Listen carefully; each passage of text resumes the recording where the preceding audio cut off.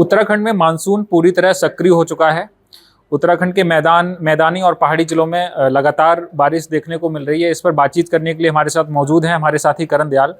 तो हम करण से जानेंगे कि आगे आने वाले दिनों में मौसम का मिजाज कैसा रहेगा और अभी जो बारिश हो रही है उसका क्या असर देखने को मिल रहा है अलग अलग जगहों पर। अंकित, बिल्कुल ये बात सही है कि उत्तराखंड में मानसून पूरी तरह से सक्रिय हो चुका है और पिछले कुछ दिनों से रुक रुक कर बारिश भी हो रही है, चाहे फिर वो मैदानी इलाके हों, राज्य के पर्वतीय क्षेत्र हों, पर्वतीय इलाके हों, और बारिश हो रही है। और इस बार क्योंकि प्री मानसून की अच्छी बारिश हुई है तो और मौसम वैज्ञानिकों ने अंदाज़ा भी इस बार यही लगाया है कि मानसून में सामान्य से 6% अधिक बारिश होने की संभावना है। तो इन तमाम बातों को ध्यान में रखते हुए तैयारियां भी उसी तरह की, क्योंकि हम पहाड़ी राज्य में रहते हैं, पहाड़ी राज्य है उत्तराखंड, इसके लिहाज से चुनौतियां थोड़ी सी बढ़ जाती हैं जब कभी तेज़ बारिश होती है या तेज़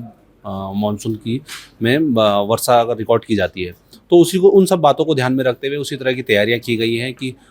उस दौरान, मानसून के दौरान आने वाली चुनौतियों से कैसे निपटा जा सके, ताकि लोगों को समय रहते रहते राहत पहुंचाई जा सके। पर्वतीय इलाकों में कुछ संवेदनशील स्थान हैं जहां पे बारिश के मौसम में मौसम विज्ञान विभाग की ओर से हिदायत भी जारी की जाती है कि बारिश के दौरान वो खुद को कैसे बचाएं, वहां के जो स्थानीय लोग हैं, और कैसे वो एक सुरक्षित स्थान पर रहें। उसको लेके कुछ गाइडलाइन जारी की गई हो हाल ही में मौसम विज्ञान विभाग की ओर से। बिल्कुल अंकित, मौसम विज्ञान केंद्र हर रोज मौसम की प्रिडिक्शन जारी करता है, हर एक दिन पहले, यानी कि आने वाले दिन में, अगले दिन में मौसम कैसा होगा, मौसम का मिजाज क्या होगा, कितनी बारिश होगी, किन किन जिलों में बारिश होगी, इन तमाम बातों को लेकर मौसम विज्ञान केंद्र हर रोज, हर शाम को एक प्रिडिक्शन जारी करता है। उसी के साथ अगर किसी जिले में, किसी इलाके में तेज बारिश होने की संभावना है या ओलावृष्टि होने की संभावना है या तेज हवाएं चलने की संभावना है, तो उन सब बातों को ध्यान में रखते हुए मौसम विज्ञान केंद्र उन लोगों के लिए, उस क्षेत्र के लोगों के लिए हिदायत भी जारी करता है कि अपने आप को कैसे सुरक्षित रखें। जैसे उदाहरण के तौर पे, अगर किसी जिले में तेज बारिश होने की संभावना है या तेज हवाएं चलने की संभावना है, तो मौसम विज्ञान केंद्र हिदायत देता है कि इस दौरान, बारिश के दौरान खुले स्थान पे ना रहें या किसी शेड वाले स्थान पे ना रहें, पेड़ के नीचे खड़े ना हो, अपने मवेशियों को, वाहनों को किसी पोल के नीचे या पेड़ के नीचे खड़ा ना करें, ताकि किसी भी नुकसान से बचा जा सके। तो ये हर दिन की प्रैक्टिस है मौसम विज्ञान केंद्र की। जब वो आने वाले दिन की प्रेडिक्शन जारी करता है तो उसके साथ साथ हिदायत भी जारी करता है। अच्छा, एक महत्वपूर्ण सवाल और है, क्योंकि उत्तराखंड में चारधाम यात्रा भी चल रही है, तो ऐसे में जब मानसून नहीं आया था तब भी जब बारिश हो रही थी तो श्रद्धालुओं को दिक्कत आ रही थी, कई जगह यात्रा रोकी भी गई है। अब मानसून चूंकि प्रवेश कर चुका है और बारिश का दौर भी लगातार बढ़ रहा है, तो ऐसे में श्रद्धालुओं को क्या कुछ सावधानियां बरतनी होंगी और उनके लिए क्या कुछ इंतजाम किए गए हैं सरकार की ओर से और वहाँ के स्थानीय प्रशासन की ओर से? बिल्कुल अंकित, उत्तराखंड में चारधाम यात्रा संचालित है, और क्योंकि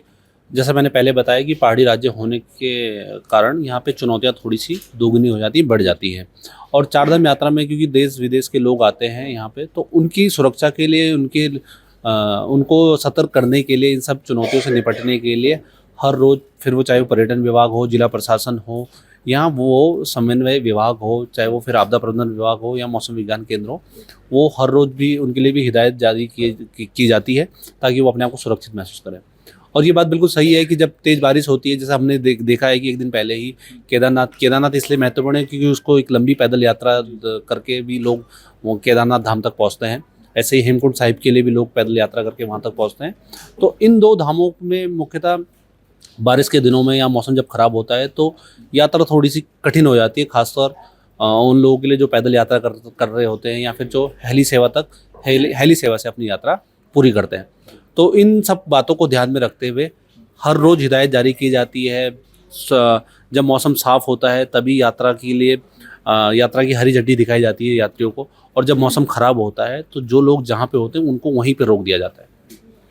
तो आप सुन रहे थे करण दयाल को, उन्होंने बताया कि मानसून के बाद जो बारिश का दौर रहेगा किस तरीके का रहेगा और क्या कुछ दिक्कतें आएंगी, उससे निपटने के लिए सरकार की, शासन की क्या कुछ तैयारियां हैं। इस तरह के तमाम वीडियोस देखने के लिए आप जुड़े रहिए अमर उजाला के साथ। अगर आप ये वीडियो YouTube पर देख रहे हैं तो हमारे चैनल को सब्सक्राइब करें और बेल आइकन को दबाना ना भूलें। अगर आप Facebook पर ये वीडियो देख रहे हैं तो हमारे पेज को लाइक करें।